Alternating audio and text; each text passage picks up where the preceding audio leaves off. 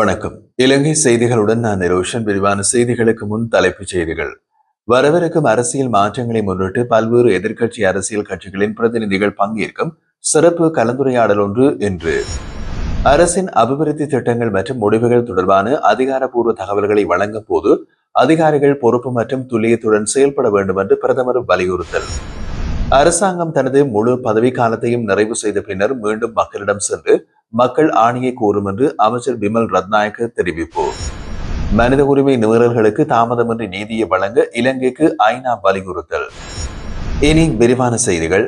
நாடு தற்போது எதிர்நோக்கும் அரசியல் சூழ்நிலை மற்றும் வரவிருக்கும் அரசியல் மாற்றங்களை முன்னிட்டு பல்வேறு எதிர்க்கட்சி அரசியல் கட்சிகளின் பிரதிநிதிகள் பங்கேற்கும் சிறப்பு கலந்துரையாடல் ஒன்று இன்று நடைபெறவுள்ளதாக நம்பகமான அரசியல் வட்டாரங்கள் தெரிவிக்கின்றன. இந்த கலந்துரையாடலை முன்னாள் வெளியுறவுத்துறை அமைச்சர் பேராசிரியர் ஜிஎல் பீரிஸ் தலைமையேற்க உள்ளார். இதன் பிரதான நோக்கம் நாட்டின் எதிர்க்கட்சிகளுக்கிடையே ஐக்கிய முன்னணியை உருவாக்கும் சாத்தியக்கூறுகளை ஆராய்வது.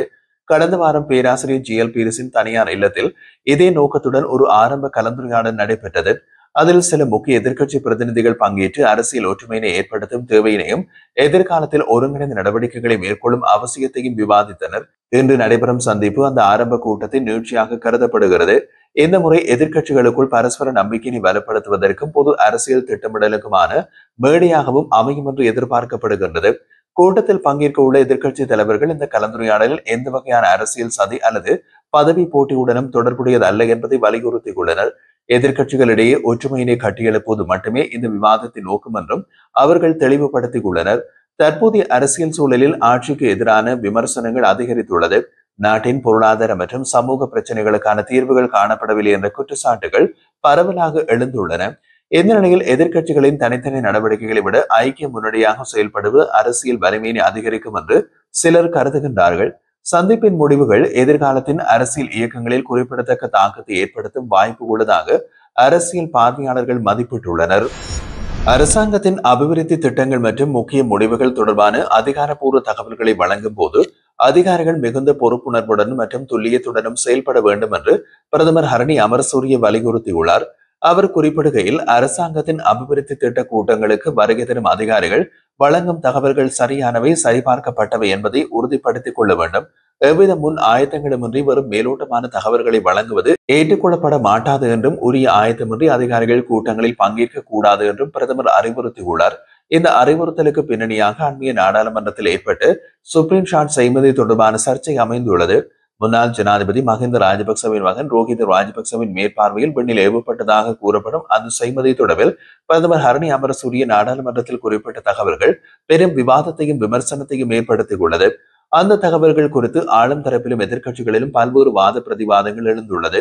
சில அரசியல் பிரதிநிதிகள் பிரதமரின் விளக்கங்கள் துல்லியமற்றவை அல்லது முழுமையான ஆதாரமற்றவை என்று குற்றம் சாட்டினர்.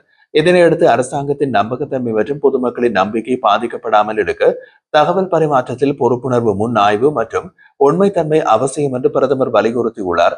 அதிகாரிகள் அமைச்சர்களுக்கு அல்லது நாடாளுமன்றத்திற்கு வழங்கும் தகவல்கள் உறுதியான ஆதாரங்களுடனும் தெளிவான விளக்கங்களுடனும் இருக்க வேண்டும். இல்லையெனில் அது தேவையற்ற சர்ச்சைகள் மற்றும் அரசியல் சிக்கல்களுக்கு வழிவகுக்கும் என்றும் அவர் எச்சரித்திருந்தார். அரசியல் வட்டாரங்கள் கூறுகையில் இந்த அறிவுறுத்தல் எதிர்காலத்தில் அரசாங்கத்தின் உள்துறை தகவல் பரிமாற்ற நடைமுறைகளில் ஒரு கடுமையான ஒழுங்குமுறைகள் அமல்படுத்தக்கூடும் என்பதற்கான ஒரு அறிகுறி என்று குறிப்பிடப்படுகிறது. தேசிய மக்கள் சக்தி அரசாங்கம் தனது முழு பதவி காலத்தையும் நிறைவு செய்த பின்னர் மீண்டும் மக்களிடம் சென்று மக்கள் ஆணையை கோரும் என்று போக்குவரத்து, நெடுஞ்சாலைகள், துறைமுகங்கள் மற்றும் சிவில் விமான போக்குவரத்து அமைச்சர் பிமல் ரத்நாயக்க தெரிவித்துள்ளார்.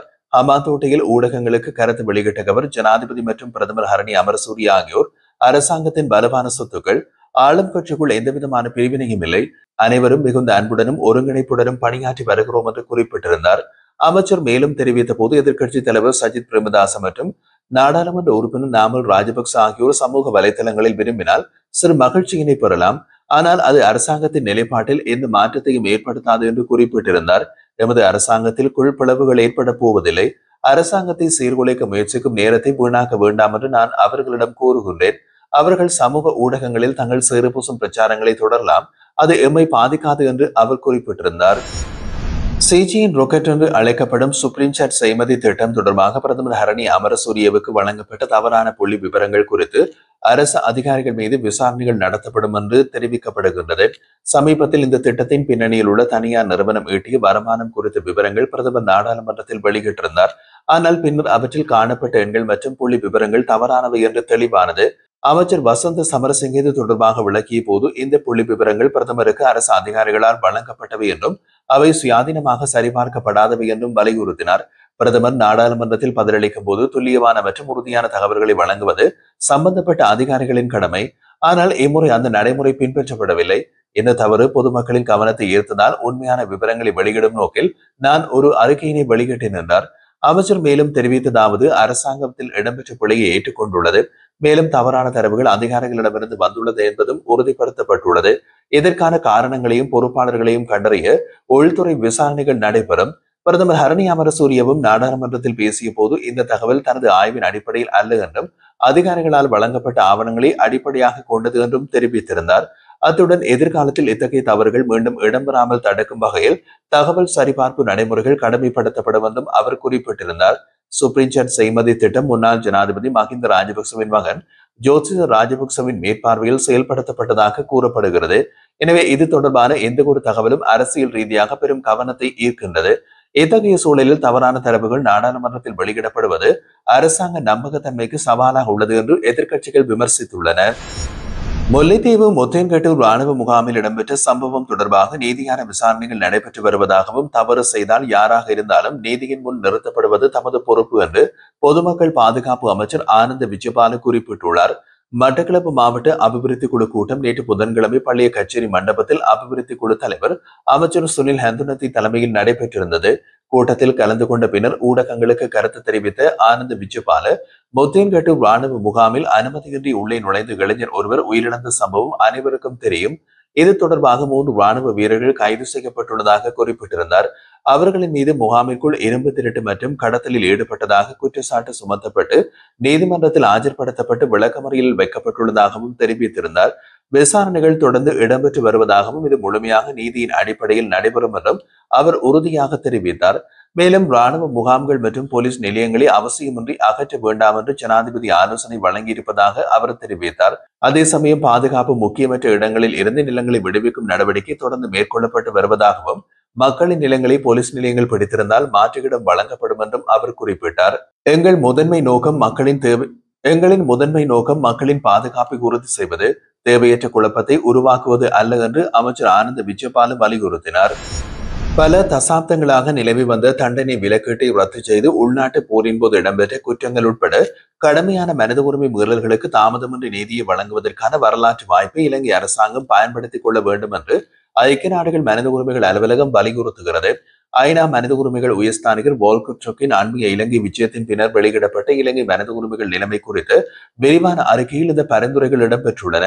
அறிக்கையில் அரசு படைகள் மற்றும் புலிகள் அமைப்பு ஆகிய இரு தரப்பினரும் செய்த துஷ்பிரயோகங்களை முறையாக ஒப்புக்கொள்வது, பாதுகாப்பு துறையில் விரிவான சீர்திருத்தங்களை மேற்கொள்வது, சுயாதீன சிறப்பு ஆலோசகருடன் கூடிய அர்ப்பணிப்புள்ள நீதித்துறை அமைப்பை உருவாக்குவது போன்ற பரிந்துரைகள் முன்வைக்கப்பட்டுள்ளது.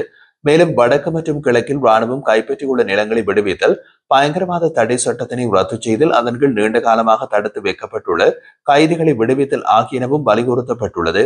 சுயாதீனமாக அரசு வழக்கு தொடுநர் அலுவலகத்தை நிறுவ அரசாங்கம் எடுத்த முயற்சியை வரவேற்றுள்ள உயர்ஸ்தானிகர், அதே சமயம் சிவில் சமூகத்தினர் மீதான துன்புறுத்தல், தன்னிச்சையான கைதுகள், சித்திரவதை, காவலில் மரணம் ஆகியவை தொடர்ந்து நடைபெறுவதில் கவலை வெளியிட்டுள்ளார். அத்துடன் இணைய வழி பாதுகாப்பு சட்டம், சர்வதேச சிவில் மற்றும் அரசியல் உரிமைகள் தொடர்பான உடன்படிக்கை சட்டம், முன்மொழியப்பட்ட நிறுவன மற்றும் தரவு பாதுகாப்பு சட்டம் மூலம் போன்ற கட்டுப்பாட்டு சட்டங்களை ரத்து செய்ய அல்லது திருத்தம் செய்ய பரிந்துரைக்கப்பட்டுள்ளது. காணாமல் போனவர்களின் குடும்பங்களை கண்காணித்தல், பயங்கரவாத தடுப்பு சட்டத்தின் கீழ் தன்னிச்சையான கைதுகள், சித்திரவதை மற்றும் காவல் மரணங்கள் குறித்தும் அறிக்கை எச்சரிக்கின்றது. பயங்கரவாத தடை சட்ட பயன்பாட்டை உடனடியாக நிறுத்துமாறும் வலியுறுத்தப்பட்டுள்ளது. மலையக தோட்ட தொழிலாளர்கள் உள்ளிட்ட பாதிக்கப்படக்கூடிய சமூகங்கள் மீது பொருளாதார நெருக்கடியின் தாக்கத்தை எடுத்துக்காட்டிய வோல்கர் டர்க், தீங்கு விளைவிக்கும் சிக்கன நடவடிக்கைகளின்றி சமூக மற்றும் பொருளாதார உரிமைகளை பாதுகாக்க இலங்கை அரசுக்கு நிதியிடத்தை வழங்குமாறும் சர்வதேச கடன் வழங்குநர்களை கேட்டுக் கொண்டுள்ளார். தேசிய ஒற்றுமை மற்றும் கடந்த கால துஷ்பிரயோகங்கள் மீண்டும் நிகழாமை என்பது உண்மையான பொறுப்பு கூறல், நல்லிணக்கம் மற்றும் மனித உரிமைகளுக்கான மரியாதை ஆகியவற்றின் அடிப்படையில் மட்டுமே சாத்தியமாகும் என்றும் உயர்ஸ்தானிகர் வோல்கர் டர்க் வலியுறுத்தியுள்ளார்.